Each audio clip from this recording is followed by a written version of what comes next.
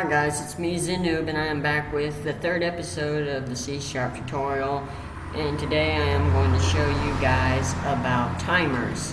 And timers basically is a way to automate some stuff. So we're gonna click on the create new application like I showed you in the other one. You're gonna click on Visual C#. You're gonna go to Windows Application Form, Windows Form Application, and you name this the whatever you want. So I'm gonna just name it Timer. I'm just gonna name it Timer Tutorial. Okay, there we go. Now you just click Accept and you create the application. Now we're going to wait on it to build the application, and once it is built, I will show you how to use the timer.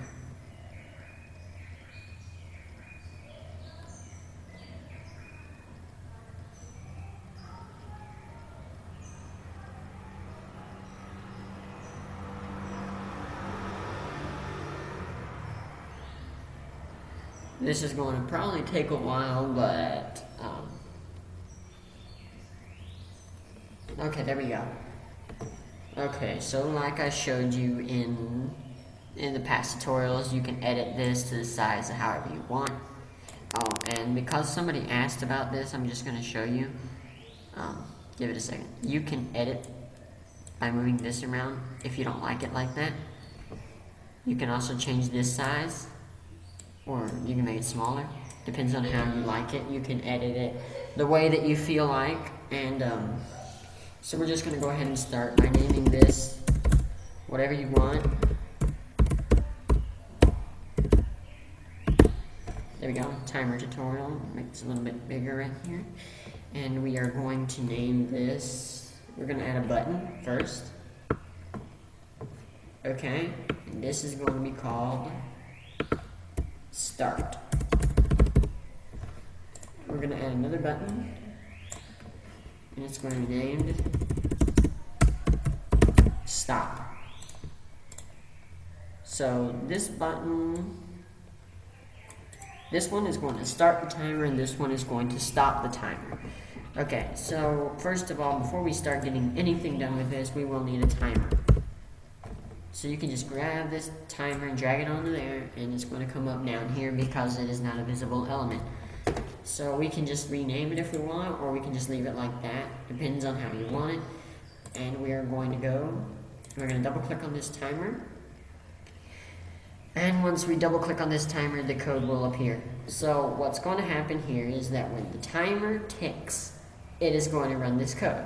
So what we're going to do is we're going to say, we're going to make a message box, show, do not forget your quotes, because it is a string or a text, okay? So here we go, we're going to name it, we're going to say, timer has ticked. There we go. Okay, so this time, every time the timer ticks, it's going to do this code in here. Okay, the timer will tick once every 100 ticks. A tick is a millisecond. So every 1 second, no, not every 1 second. Every 100 milliseconds, the timer will tick. And when the timer ticks, this will run. But as you know, the timer has not activated, so we need to activate it with something. So we're going to activate it here with this button. This button is going to start the timer. When button 1, which is this one, gets clicked, this code right here is going to run. And what we're going to do is we're going to type in timer 1 dot start. That's because we want the timer 1 to start.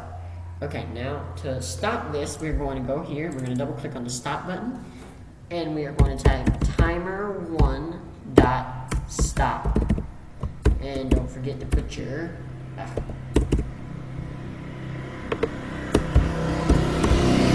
and your semicolons, and there we go. This doesn't matter right there, we're just going to leave it like that. And we are going to run this application so you guys can see more or less what it does.